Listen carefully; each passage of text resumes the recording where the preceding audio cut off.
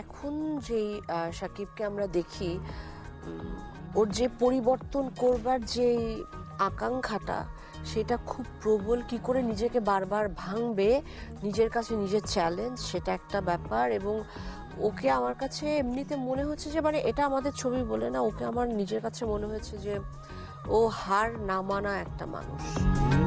আমি জয়া হাসানকে পর প্রশ্নটা করতে চাই। শাকিব খানের সাথে দীর্ঘ এক যুগ পর আবার বড় পর্দায়, এই সময়ের মধ্যে কতটুকু পরিবর্তন হলো? শাকিব খানের সাথে কাজ করতে গিয়ে কতটুকু পরিবর্তন মনে হয়েছে সে কালার এই কালে?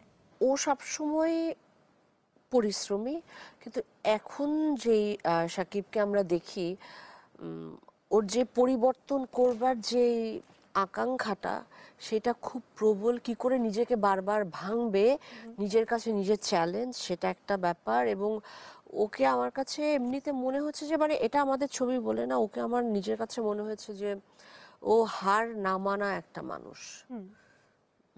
এটা এই আর্টসটা একজন আর্টিস্টের ভিতর সবসময় এটা অনেক অন্য জায়গায় নিয়ে যায় মানুষটাকে। সেটা আমার কাছে মনে হচ্ছে একেবারে হার না মানা একটা মানুষ আর কি। ওর অনেক কিছু ভেতর দিয়ে আমরা আর্টিস্টরা যাই, সবাই যায়, ও যায়, কিন্তু সেগুলোর ভেতর থেকে ও কিন্তু ওর কাজটা একেবারে ঠিকভাবে করে যাচ্ছে। সেই জায়গায় আমি ওকে খুবই রেসপেক্ট করি, খুবই রেসপেক্ট করি সেই জায়গাটা আমি ওকে। আর কতভাবে নিজেকে বারবার ভাঙা যায়, ভেঙে নিজেকে অন্য ডাইমেনশন আনা যায়।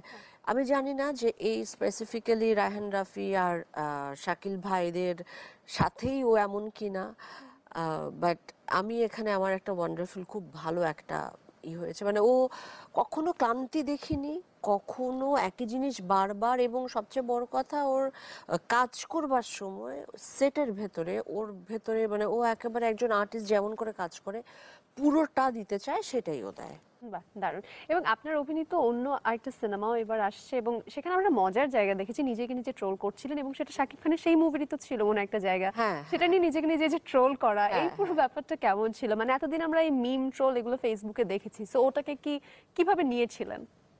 আমি খুব ভালোভাবে নিয়েছি। আমি তো সেটাই সবসময় মনে হয়েছে এটা দেখে। আমি সবকিছু চাই যে, মানে নিজেকে উম, আহ, কে বলতে পারে এমন যার আসলে কোনো ইনসিকিউরিটি নেই। Right. So I don't have any kind of insecurity.